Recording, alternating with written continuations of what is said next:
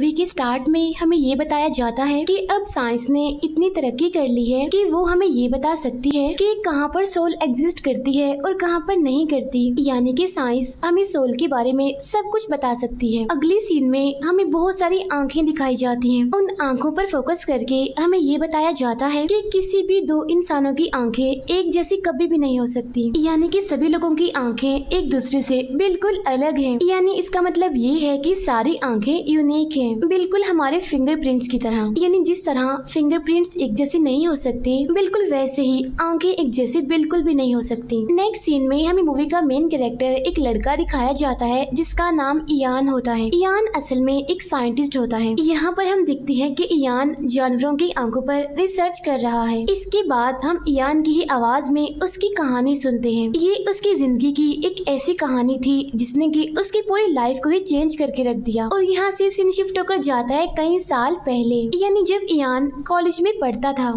यहाँ पर इयान अपने कॉलेज में होने वाली एक पार्टी में आया होता है, लेकिन वो इस पार्टी में एंजॉय नहीं कर रहा था क्योंकि उसे ये पार्टी बिल्कुल भी पसंद नहीं आती। इसी वजह से वो वहाँ से जाने लगता है। लेकिन जब वो वहाँ से बाहर जाने की सोचता है तो तभी उसकी नजर बाहर खड़ी हुई एक लड़की पर पड़ती है। इस लड़की का चेहरा हम देख नहीं पाते क्योंकि उसने अपने चेहरे को नकाब से ढका होता है। इयान उस लड़की को देखते ही उसके पास जाता है और उससे पूछता है कि तुम यहाँ क्यों खड़ी हुई हो, पार्टी में क्यों नहीं गई। तब ये सुनकर वो लड़की चांद की तरफ देखती है और बताती है कि देखो आज चांद कितना प्यारा लग रहा है। और तब यहाँ पर इयान उस लड़की की आंखों में देखता है जो कि बहुत ही खूबसूरत होती हैं। इसीलिए इयान उस लड़की से कहता है कि आपकी आंखें तो बहुत प्यारी हैं, क्या मैं इनकी तस्वीर बना सकता हूँ। तब ये सुनकर वो लड़की कहती है कि हाँ क्यों नहीं, बना सकते हो, बना लो। और तब यहाँ पर इयान ऐसा ही करता है, वो उसकी आंखों की पिक्चर बना लेता है। इसके बाद वो लड़की इयान से पूछती है कि अब हम दोनों पार्टी में चलें। तब इसके बाद वो दोनों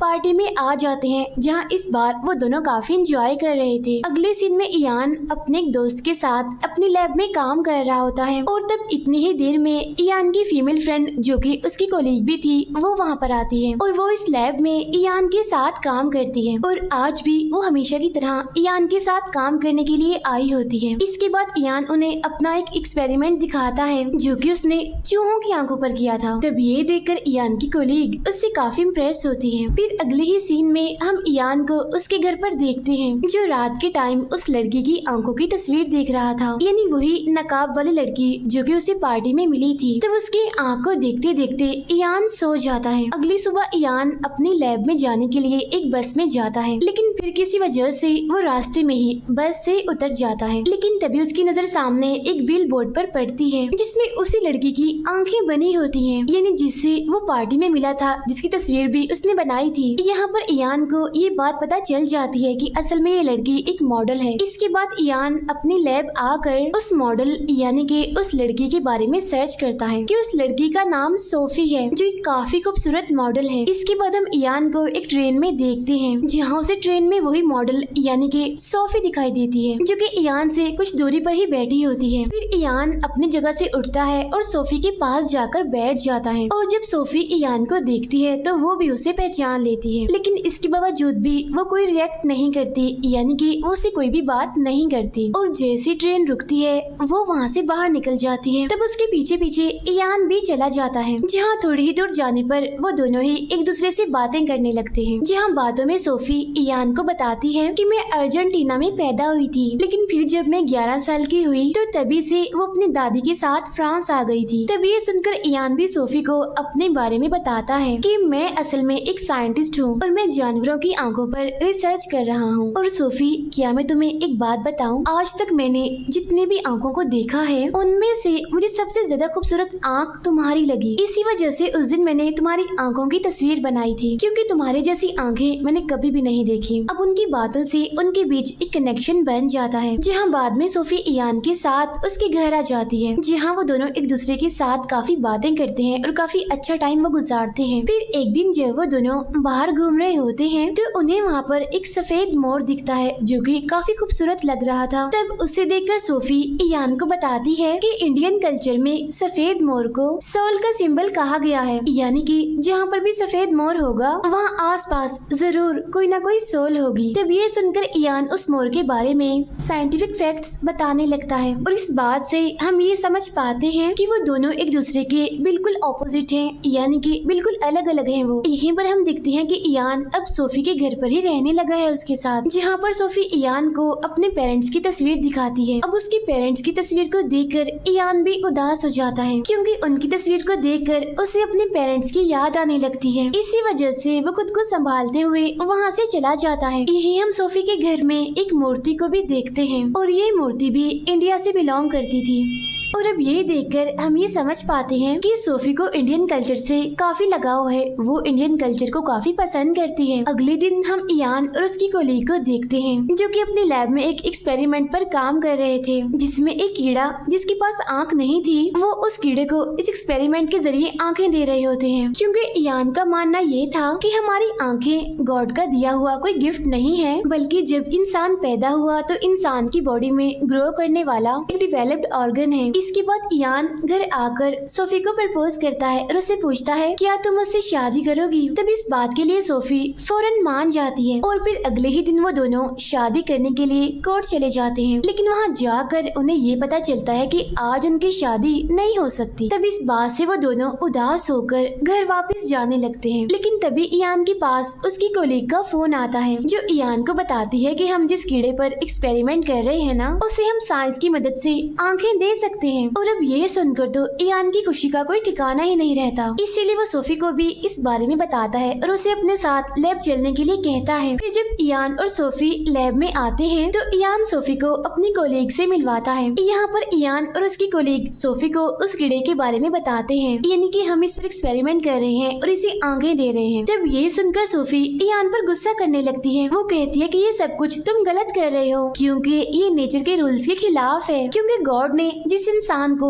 जैसा बना दिया अगर हम उसके साथ छेड़छाड़ करेंगे तो ये हमारे लिए भी गलत होगा और उसके लिए भी जिसको हम बदलने की कोशिश कर रहे हैं। तब ये सुनकर इयान उसे साइंटिफिक फैक्ट्स बताता है और काफी समझाता भी है। लेकिन तभी अचानक से सोफी के हाथों से एसिड गिर जाता है जिसके कुछ छींटे इयान की आंखों में भी चले जाते हैं, जिससे उसे काफी दर्द होने लगती है क्योंकि उसकी आंखें बुरी तरह से जलने लगती हैं। तब ये देखकर सोफी काफी घबरा जाती है और वो फौरन से ही इयान की कोलीग को बुलाती है जो आते ही इयान की आंखों में दवाई डालती है, जिससे उस एसिड का असर आहिस्ता आहिस्ता खत्म होने लगता है। और इसके बाद इयान और सोफी अपने घर आ जाते हैं, जहां वो लिफ्ट के जरिए अपने रूम में जा ही रहे होते हैं तो तभी अचानक से रास्ते में लिफ्ट की एक तार टूट जाती है, जिससे वो लिफ्ट वहीं पर ही रुक जाती है। तब ये देखकर सोफी काफी डर जाती है और घबरा भी जाती है और इसी वजह से वो रोने लगती है। लेकिन इयान यहाँ पर किसी तरह उस लिफ्ट का दरवाजा खोलता है और वहाँ से बाहर निकलता है। लेकिन इससे पहले कि वो सोफी को उस लिफ्ट से निकाल पाता तो वो लिफ्ट नीचे की तरफ जाने लगती है, जिसमें सोफी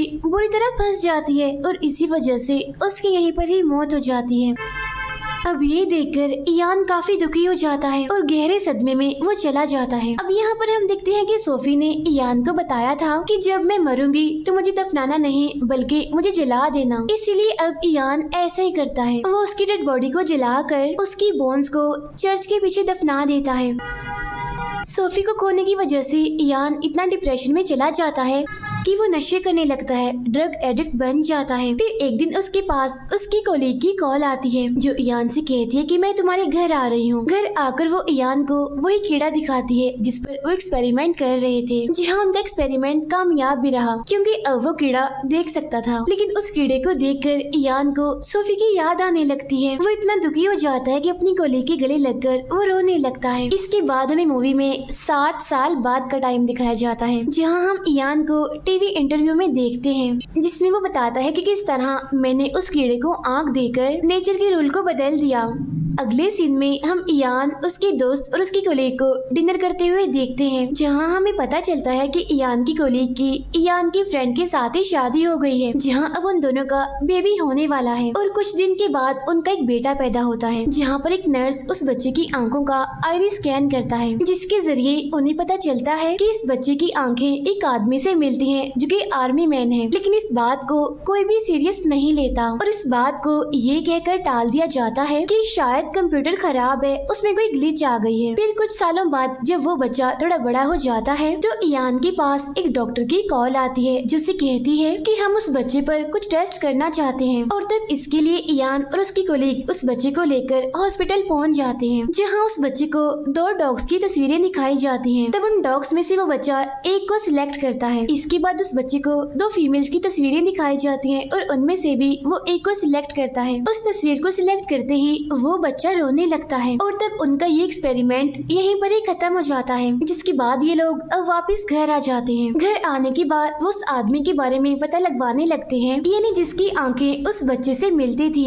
हूबहू, जिससे इयान को ये पता चलता है कि वो आदमी रहता कहाँ है। इसीलिए अब इयान भी उस जगह पर पहुंच जाता है। वो एक शॉप में जाता है और उस आदमी के बारे में वो पूछने लगता है और तब यहाँ पर आने के बाद इयान को ये बात पता चलती है कि उस आदमी को तो मरे हुए काफी साल हो गए हैं। और अब यहाँ पर इयान उस आदमी के घर का पता लेकर उसके घर जाने लगता है, जहाँ उसे रास्ते में वही डॉग दिखाई देता है जिसकी तस्वीर को उस बच्चे ने चूज किया था। साथ ही साथ उसे वो लेडी भी दिखती है जिसे देखकर वो बच्चा रोने लगा था। असल में ये औरत उस आदमी यानी कि आर्मी मैन की वाइफ है। अब इस सब के बाद इयान वापिस से अपनी कोलीग के पास आ जाता है, जहाँ वो उसे सारी बात बताता है। इसके बाद इयान अपने दोस्त को घर बुलाकर उसे सोफी की आंखों की तस्वीरें देता है और वो उसे इन तस्वीरों का आईरिस स्कैन करने के लिए कहता है। तब इस पर इयान का दोस्त ऐसे ही करता है, यानी वो सोफी की आंखों का आईरिस स्कैन करने लगता है, जिसके जरिए उसे ये पता चलता है कि 3 महीने पहले ही किसी आदमी का आईरिस स्कैन बिल्कुल सोफी की तरह ही पाया गया है और वो आदमी इंडिया से है। तब ये देखकर इयान की कोलीग उसे इंडिया जाने के लिए कहती है। तब यहाँ पर इयान अपनी कोलीग को बताता है कि सोफी हमेशा ही मुझसे इंडिया की बातें करती रहती थी, साथ ही साथ उसे वहाँ के कल्चर से काफी लगाव भी था। और इसके बाद इयान इंडिया जाने के लिए निकल पड़ता है और दिल्ली आकर वो सीधा उसी जगह पर जाता है जहाँ पर उस आदमी का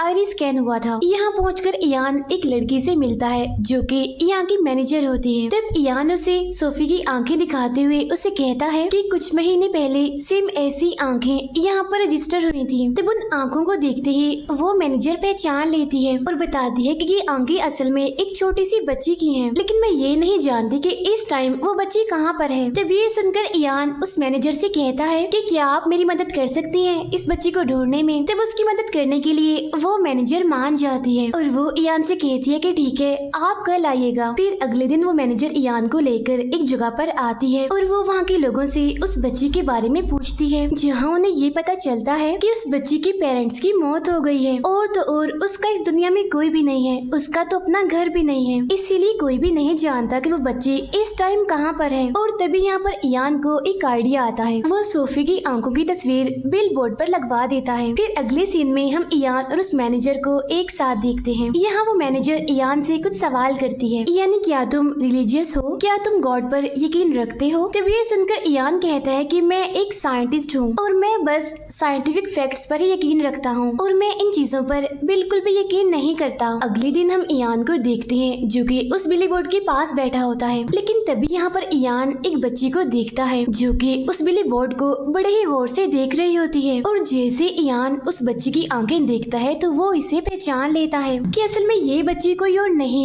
बल्कि वही है जिसे वो ढूंढ रहा है। तब इयान उसके पास जाता है और उससे कुछ बातें करने लगता है। इसके बाद वो उसे अपने साथ ही ले जाता है, जहाँ इयान अपनी कोलीग के साथ मिलकर इस बच्ची पर एक्सपेरिमेंट करने लगता है, जिसमें वो इस बच्ची को कुछ तस्वीरें दिखाता है और इन सारी तस्वीरों का ताल्लुक सोफी से था, जिसमें सारे सवालों का जवाब वो बच्ची बिल्कुल ठीक देती है। और फिर बाद में इयान उस बच्ची को 3 लड़कियों की तस्वीरें दिखाता है और उनमें एक तस्वीर सोफी की भी थी। उन तस्वीरों में से वो बच्ची सोफी को ही चूज करती है और तब यहाँ ये कंफर्म हो जाता है कि असल में इस बच्ची का जो पिछला रूप था, जिसका पिछला जन्म था, वो असल में सोफी का ही था। लेकिन इसके बावजूद भी इयान को इस बात पर यकीन नहीं आता और अब यहाँ पर इयान और वो बच्ची नीचे जाने लगते हैं। लेकिन जैसे लिफ्ट खुलती है तो वो बच्ची काफी डर जाती है और इयान को जोर से पकड़ लेती है और रोने लगती है। और तब ये देखकर इयान को याद आता है कि सोफी की मौत लिफ्ट की वजह से ही हुई थी और लिफ्ट को लेकर सोफी का ये डर उसके इस जन्म में इस रूप में भी है। और तब यहाँ पर इयान को उस मैनेजर की कही हुई बात याद आती है, जिससे इयान फौरन समझ जाता है कि ऐसी बहुत सारी चीजें हैं जो कि साइंस से भी काफी आगे हैं और उन सभी चीजों का, सभी सवालों का जवाब साइंस के पास आज भी नहीं है। यहाँ पर इयान उस बच्ची को अपने गले से लगाता है और उसे चुप करवाता है, उसे रिलैक्स करता है। फिर वो उसे लिफ्ट से नहीं ले जाता बल्कि वो सीढ़ियों के जरिए उसे लेकर नीचे आता है। और इसी के साथ ही